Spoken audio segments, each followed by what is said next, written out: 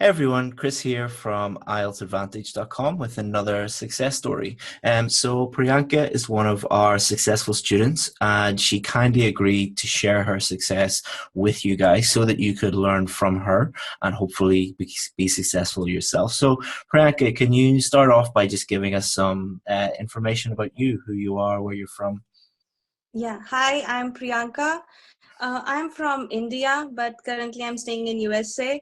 And I'm an IT software engineer, but from last 3 years, I'm staying at home and taking care of my baby. Mm-hmm. So for like 3 to 4 months, I was working on the IELTS exam, and I was unsuccessful when I tried in March. And finally, after joining Chris course, I can get my much needed score in May. Mm-hmm. And can you share your scores with everybody? Yeah, in March I got listening 8, reading 7.5, writing 6.5, and speaking 7. Mm-hmm. And in May I got listening 8.5, reading 9, writing 7, and speaking 7. Mhm. Excellent. Those are amazing scores. So a, Thank a you. nine in reading. Yes, Yeah. yes, and yeah, I was facing problem with two types of questions, which were true and false, yes, no, and the match the heading questions. Mm-hmm. So I always face issues like in match the heading question mainly, but after watching your videos on these two on these two questions, I was able to do it successfully, Yeah. So and I could. will we talk about those? Will we help everybody? Because I think those are the two questions on the reading test that a lot of people ask me about. Confusing. Yeah. Yeah. So let's start off with matching headings. What Mm-hmm. would you say to someone who is struggling with matching headings? What advice would you give them? First of all, I always used to do is like I always read the questions and all the headings which question is asking us to do, but we should not do that. We should just straight away go to the passage and read the passage, and with each passage we should give a particular idea of that passage, or write somewhere that idea, so Mm-hmm. that in the last you can match it, what's Mm-hmm. your idea and what's given in question. Mm-hmm. Mm-hmm. So after doing this trick, I was able to do it successfully. All of my questions were like, they're totally up to date. Like, Yeah. all are right. Yeah. That's Never perfect. wrong. Yeah, that's Yeah. perfect. That's exactly what what I suggest doing on the course. Is if you look at the list of options first, then it can cause a little bit of confusion, and you're not really you're thinking about the answers instead of focusing on the actual text. The actual So, test. Yeah. so focusing on the text and writing. Imagine you are writing the test and you have to write your own heading. So writing your own Mm-hmm. heading, and it's amazing how many of them not either directly match or match like 80-90%. And then it's so easy, well, not easy, but much Yes. easier to just Much easier to. to match them up. Yeah, to match them up. and Yes. and what would you say to someone about skimming in for matching headings? Did you read it very, very quickly or in a little bit more detail? No, I read it more detailed, but Mm, you can do like, you can skim first 2 lines and last 2 lines of paragraphs yeah. also. But I try to read it so that my idea should be clear. I should not like uh, skip anything. Mhm. So Yeah. that's why I read it So completely. I think a big mistake with matching headings and many other questions is people hear that, oh, just skim, and they understand that they think that that means just reading everything really, really quickly, and then they don't get the meaning. They don't Yeah. understand the actual paragraph. So skipping it or skimming is a useful skill, but I think for matching headings, you shouldn't read it as quickly as possible because it's kind of Yes. so people are afraid of wasting time, but skimming actually does waste time because you Yeah. so say if you spend, let's say you spend 30 seconds reading one Mm-hmm. paragraph but you don't understand it, you've wasted 30 seconds. But if you Yes. invest 1 or 2 minutes, then that's not wasted time because you invested that time in understanding what you need to do.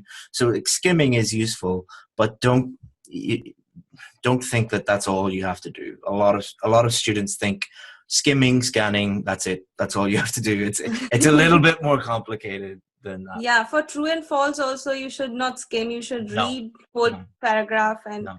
text and then only answer the questions. Mhm. So what Yeah. advice would you give to someone? So the two most common questions we get about true, false, not given are like, the first question is normally, I've no idea what to do. And then the other question is normally, how do I know the difference between false and not given? What would you suggest to students for that? If you have read the paragraph first and then you are reading the question, then it's really easy to know that it's not given in the paragraph, so it's not given. Mm-hmm. So you should mark it not given. But Mm-hmm. when something is there and you can correct that sentence, that means it's a false sentence, so you Mm-hmm. should mark it as false. Mm-hmm. There was one very confusing question in my question paper. Was in paragraph they have written that they have parking lot on basement as well as on first floor, and the Mm-hmm. question was, so parking lot is it true that parking lot is on 2 floors? So in in USA, they never consider basement as a floor. So it was really confusing that its parking lot is on 1 floor or 2 floors. Somebody marked it as false, Mm-hmm. but it was true because considering that it is on basement and one is on first floor, so there are Mm-hmm. 2 floors Mm-hmm. or 2 levels. So Yeah. that's why it's true.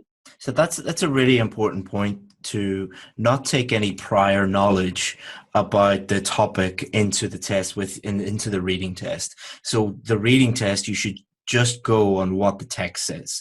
So looking at the text and comparing it with the different options, and not using prior knowledge or exactly what you just said, just basing it, okay, Yeah. is this true or is this false? If it's true, it matches up. It agrees with the Yes. Yeah. option agrees with the text. However, if it is false, the option does not agree with the test. It's not correct. Agrees with it. Yeah, Yeah. yeah. And Yeah. and and Yeah. I think where most people slip up is they spend too much time looking for not given. So Yes. because they're looking for something that's not there. If you like, it's kind of like walking into a dark room and not turning. You're looking completely in the dark and spending too much time doing that. I think Yeah. for many students, it's about giving them the confidence to write not given. As many students just keep looking and looking and looking and looking, and then they waste a lot Yeah. of time. Just if you can't find it, write not given Yes. and move on. You can always come back and check it at the end. Actually, I used to face this problem without when I was not following this trick that read the passage before and then question. I was Mm-hmm. facing the same problem, but Mm-hmm. after using this trick, I will always be sure that it's not given. That Mm-hmm. it's So so you I have always to read mark the it. so you Yeah. always read the text first before looking at the options for true, false, not Yes. given. Yeah. Yes. Yeah, I think a lot of people just don't take the time to understand the text, because it is a Yes. reading test. It's testing your ability to read the text.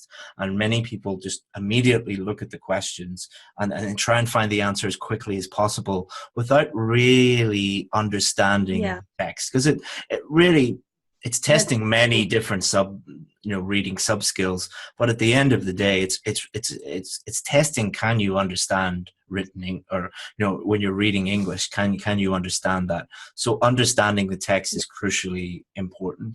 The other Yes. question that we get a lot about the reading test is time management. How would you respond to someone who's struggling with time management? Do you think that they need time management tips, or do you think Uh, it's something else? Actually, I never faced problem with time management since I Mhm. started practicing. Like from first day, I was able to complete my test in 1 hour. If it's too hard, also then also Yeah, I was able to complete it in excellent. an hour. Yeah, that's Because exactly what always say. I say band 9 students don't struggle with time management, because many of our students think that they can learn some time management tips or time management tricks, when really what they need to do is get better at doing the reading test, get better, yeah, improve their reading skills, improve their vocabulary, improve their strategy for all the different types of questions. And if you do that, you don't need any Yeah, time management tips. So yeah, it's great to talk to a band 9 student who agrees with me about about that. So and and each type of question has a trick. Each type of question has a trick, like for filling the blanks or just answering a question. You can skim the paragraph. You are not able, like, you should not read whole paragraph, but like for the true and false and match the heading questions like that, you have to read the paragraph. So yeah, you should focus your time over there yeah. instead of the matching or filling the blanks I'd questions. I'd say strategy rather than trick, because Yes. trick sounds like it's easy and you can cheat in some way. That strategy is a better way to describe it. Yes, you And can say that. and how important was vocabulary to get a band 9 on the reading test? Was it important to have a good vocabulary? No, I don't think so. It's fine. Like they in journal training, they generally tell all those topics which are like common to common people. Okay. They are not like tough. They're Mhm. not using academic vocabulary. They're Mhm. using a very general vocabulary. So Okay. it's really easy. Okay, that's interesting. It's interesting that you think the vocabulary is easy, but I suppose that band 9 students would think that the vocabulary is easy. I suppose I that's think what you'd like think. Mm. maybe my vocabulary is okay. Maybe like I am staying here for three more than 5 years in USA, so that's why I don't find Yeah, much yeah, tougher yeah. words. So there's many uh, many students who struggle with the reading test. It's everybody struggle. You know, they should improve their reading skills and practice reading. But for many students, they really need to improve their vocabulary, because in order, uh, to get a 7, 8, or 9, you do need to have a certain level of vocabulary. But it's interesting that you think that that's not important, because yeah, because I know maybe here I maybe here in day-to-day life we are using those kind of of course, words yeah, every day, yeah, with talking to many other people no, while we are going shopping or mhm, somewhere, we are using those kind of words. yeah. So that's why maybe I'm not feeling much No, important I'm of. saying I agree with you, because it's obvious that you do have a good vocabulary. So you probably didn't realize how important it was, because you use it all the time, and you so And yeah, I felt the same thing while when I was improving in writing, and I was doing much, I was focusing much on vocabulary for writing, and that way I can see that I have increased my understanding while listening also and while mhm, reading also. mhm, So that might be a case. So that's why I yeah, haven't focused much on the vocabulary on reading part, mhm. but I have focused on writing, so it Excellent. has improved my reading and listening also. Excellent. So thank you very much for sharing your experience and sharing your success. There's a lot of students who are really going to benefit from that, because there's a lot of confusing and conflicting information about how to prepare for the reading test. So thank you very much for stating it so clearly for students. And what will you be able to do now that you've got the scores you need? So I'll apply for the immigration process, and I'll start doing that now. Will you And I'll stay in the start. USA? Right now we are staying in USA, but we are trying to move to Canada. Okay, cool. So yeah, so So now we've my helped so focus. many Indian people move to Canada. I think we're responsible for more Indian people moving to Canada than Yeah, anything else. yeah, yeah. That's the case. Actually, in USA, the immigration process is becoming very Yeah. stringent right now. So it's better to move there.